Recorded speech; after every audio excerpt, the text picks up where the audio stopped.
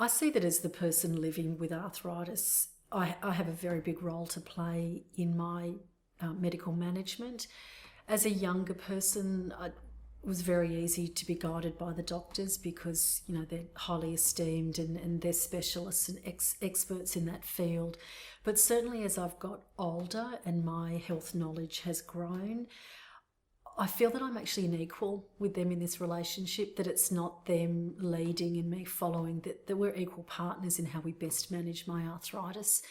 And I think it's really important for me, and I certainly would encourage other people to do this, is to ask questions and not to be shy to challenge what their doctor is telling them, or to ask, is there an alternative? Have you got a plan B? Or can we try something else before we try that?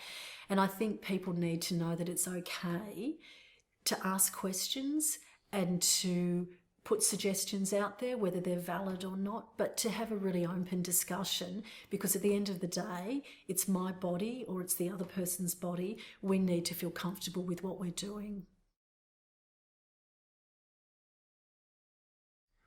I think education in the management of arthritis is critical, and I think that that was something that was certainly lacking in my younger years. And an example that always comes to mind for me is that no one ever told me that fatigue was a feature of my arthritis. And I just thought I was tired because I just didn't have enough get up and go, that I didn't push myself hard enough, that I was being a bit lazy.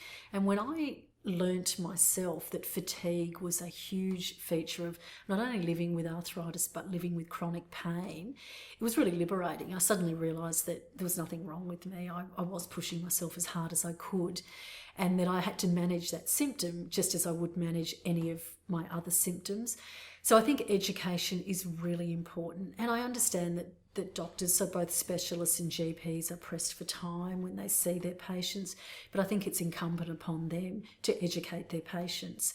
I think if the doctors can provide the education themselves, it stops people from going to the internet and perhaps sourcing inaccurate information. I think it's better to come from a reliable source, and I think that needs to come from the medical providers.